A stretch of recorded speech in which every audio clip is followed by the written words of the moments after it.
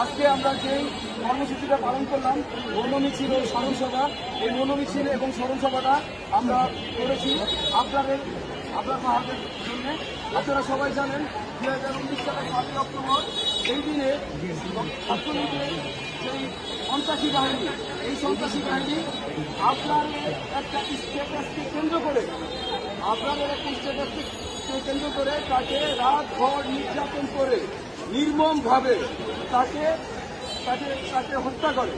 তো আপনার এই স্ট্যাটাসটার মধ্যে কি ছিল আপনারা কি জানেন? আপনার কি ছিল আপনাদের কি জানা আছে? আপনার স্ট্যাটাসটা কি ছিল? ভারতের সমালোচনা করে আপনার স্ট্যাটাসটা কি ছিল? আপনার তার স্ট্যাটাসের মধ্যে সে বন্দরের কথা, মংলা বন্দরের কথা টানছে। আপনার তার স্ট্যাটাসগুলোর মধ্যে পানি হিংসার কথা টানছে। আপনার তার স্ট্যাটাসগুলোর মধ্যে দেশের যেমন ভারত তার নিজস্ব রাজ্যে তার নিজের স্বার্থের কারণে সে কয়লা রপ্তানি বন্ধ করে দেয়, কিন্তু আমরা বিনা স্বার্থে আমরা গ্যাসের রপ্তানির কাছে পিছিয়ে যাচ্ছি।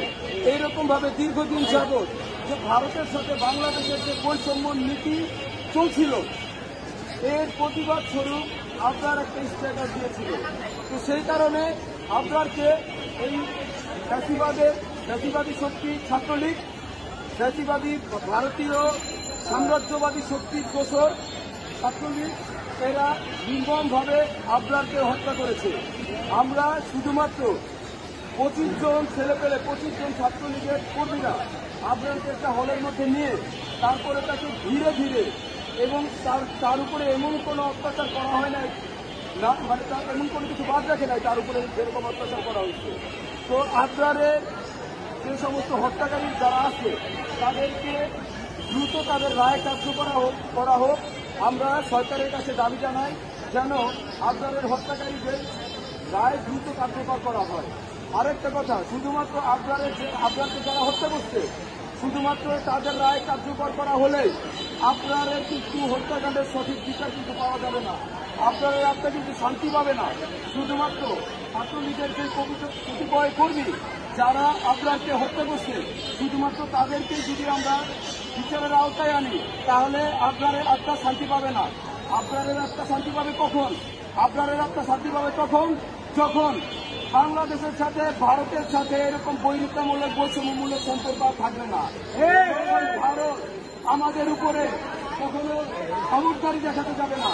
যখন ভারতের সাথে আমাদের সাথে একটা ন্যায্য সম্পর্ক থাকবে, ন্যায্যতার ভিত্তিতে যখন ভারতের সাথে আমাদের সাথে সম্পর্ক থাকবে, তখন আপনারা আমরা কোনো বড় ভাই কিংবা প্রভুকে মানব না।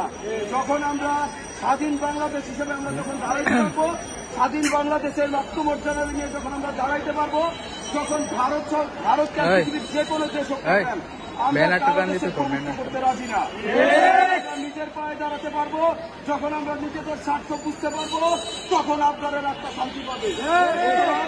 এই লড়াই খুবই ক্ষুদ্র কোনো লড়াই না, এই লড়াই অনেক ব্যাপক লড়াই, এই লড়াই অনেক বড় লড়াই। এই লড়াই ভারত যেরকম ভাবে আমাদের সাথে বৈষম্যমূলক নীতি তারা গ্রহণ করছে, প্রত্যেকটা ক্ষেত্রে তারা প্রত্যেকটা ক্ষেত্রে আমাদের সাথে অবিচার করে যাচ্ছে।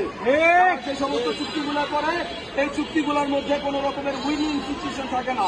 এই চুক্তিগুলোর সাথে হয় প্রভুর সাথে ভক্তের যেরকম চুক্তি হয়, আমাদের সাথে ভারতের সাথে ওইরকম চুক্তি হয়।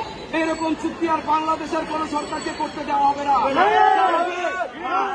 বাংলাদেশের যে কোনো সরকার আসুক আর কোন ভারতের দালালের কাছে পদানত হতে দেওয়া হবে না বাংলাদেশকে। আমাদের হিস্সা আমাদেরকে বুঝে নিতে হবে। আমাদের প্রত্যেকটা জিনিসের ক্ষেত্রে ব্যবসা বাণিজ্য থেকে শুরু করে বন্দর থেকে শুরু করে গ্যাস থেকে শুরু করে প্রত্যেকটা জিনিসের আমরা আমাদের ন্যায্য হিস্সা আমরা বুঝে নিব। যখন আমরা এগুলো বুঝে নিতে পারবো, যখন আমরা ভারতীয় আগ্রাসনের বিরুদ্ধে আমরা দাঁড়াতে পারবো, যখন আমরা ভারতীয় সাম্রাজ্যবাদী শক্তির বিরুদ্ধে যখন আমরা দাঁড়াতে পারবো, তখন মনে করবো যে না আপনারা একটা শান্তি পেয়েছে, তখন আপনারা আত্মা যখন শান্তি পাবে তখন আমাদের আত্মা শান্তি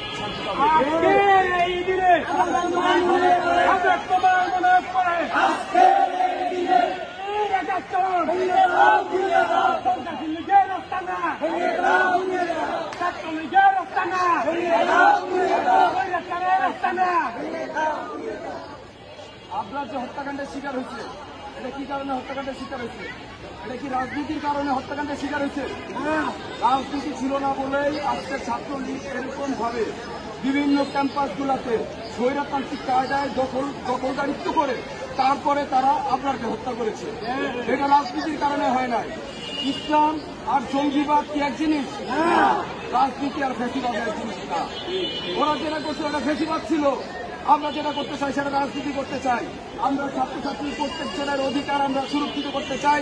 আমাদের কাছে সাধারণ ছাত্রছাত্রী থেকে শুরু করে প্রত্যেকটা ছাত্রছাত্রী নিরাপদ।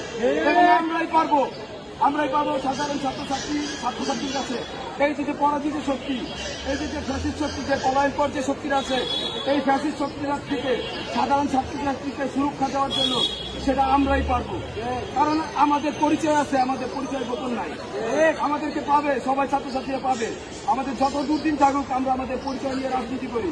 সুতরাং এই শক্তির বিরুদ্ধে যদি লড়াই করতে হয় তাহলে সেটা সবার আগে আমরা সবার সামনে থাকি। ছাত্রছাত্রীরা আমাদের সবার পাশে থাকবে। আপনাদের সবাইকে সাধারণ ছাত্রছাত্রীদের পাশে থাকার অনুরোধ জানাই। আপনারা সবাই সাধারণ ছাত্রছাত্রীদের পাশে থাকবেন, তাদের সমস্যাগুলোকে দেখবেন, তারা কি বলে দেখবেন। এই কামনা করে আমি আমার বক্তব্য শেষ করছি। সবশেষে আমি আল্লাহর দরবারে আমি ফরিয়াদ জানাই যেন